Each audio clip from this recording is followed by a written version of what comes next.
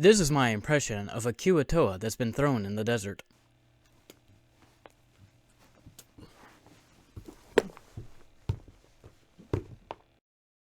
Welcome to Dungeon a Week, where we make a dungeon every week. Welcome to my third dungeon. We'll be taking a trip today through the desert underneath the hot sun, where a lamia has taken over an old ruined town, of which underneath her is a clan of Kua-Toa who is living near a reservoir of water. Now you can start this adventure by having your players talk to some villagers in an oasis, telling them that a caravan of people have gone missing. But personally, I prefer you just stumble across the caravan. This caravan will be abandoned, but almost nothing will have been stolen. So this would probably raise a bunch of questions of why they abandoned the caravan. They probably won't even think it's been attacked. But then you throw 3 jackalweres at them, of whom will try to put them to sleep to take them to become their, servants. This adventure I did think of as being kind of low level, so I have dropped the jackalweres immunities to non-magical weapons to just a resistance, because I don't even know why I don't know why all the lycanthropes have to have immunity to non-magical, non-silvered weapons. The jackalweres may run away and your players can follow them. If they kill all the jackalweres, they can follow their tracks back to where they came from. Just let them have the tracks. I would say don't make them roll like a survival to find this dungeon, You're gonna soft lock them out of the game. So going up through the town, there will be a bunch of lush greenery in the middle of the desert, and this will definitely seem very weird to your players until they see all the people being forced to carry water to all the plants, making and tending to the plants just all day. At one side of the town, there will be a big manor, and this is where our main villain is going to be, and it's the primary dungeon, so let's take a look at it. Our first room here is mostly just a hub, but at the end of this hall we can see a big door that has 3 round holes in it. To open it, you need 3 magical orbs. The first one is over in this room over here. There will be a shrine to a demon lord, and if you, I'm putting this up on drive-thru, and you have to have this completely setting neutral for drive-thru RPG, but if you know which demon lord likes lamias, then you know which one this is too. And the statue is holding the first orb to the door. There's also a closet in here, and he'll try and raise the alarm bells if he sees the players. Down here we'll see several jackalweres eating the flesh of a Kua-Toa.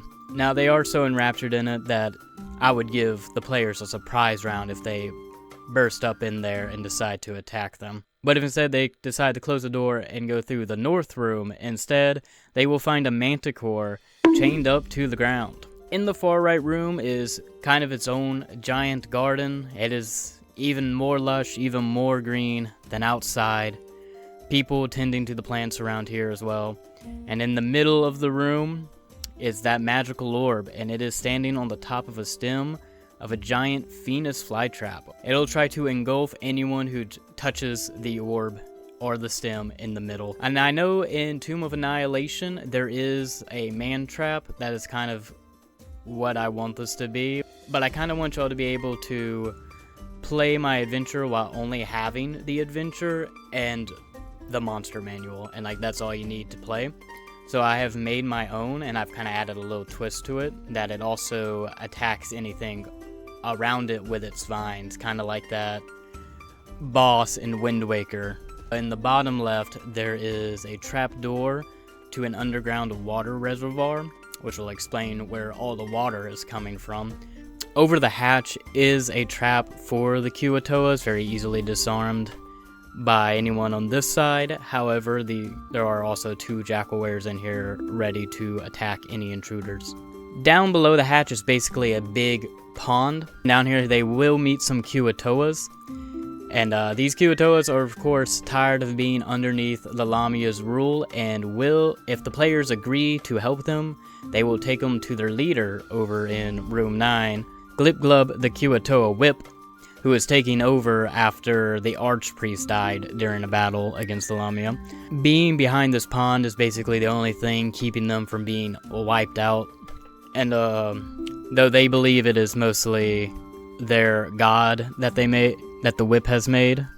They made a little statue to him, and his name is Goopala Gloopgop. He is a statue made mostly of mud, and that for his head is the 3rd magical orb you need for the door.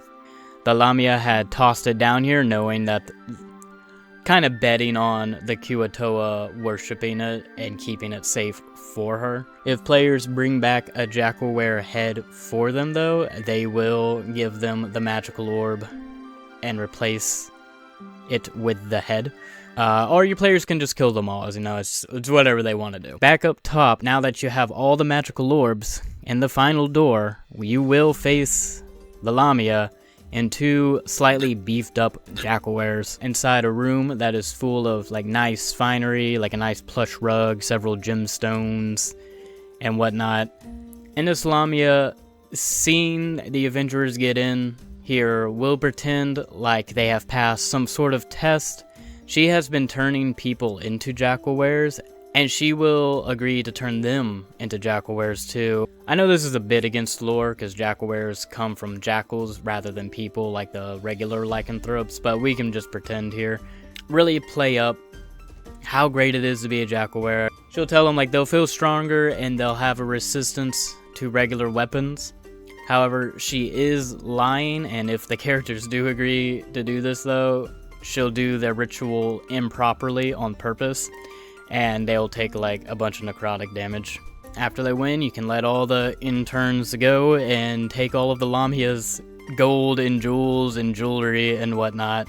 And that's basically it. If you liked this dungeon, there's a link to the Drive-Thru RPG page for it down below in the description. It is pay what you want, and I hope to see you next week when I make another dungeon. If you're seeing this in the future, there might already be one right here. See you over there. Goodbye.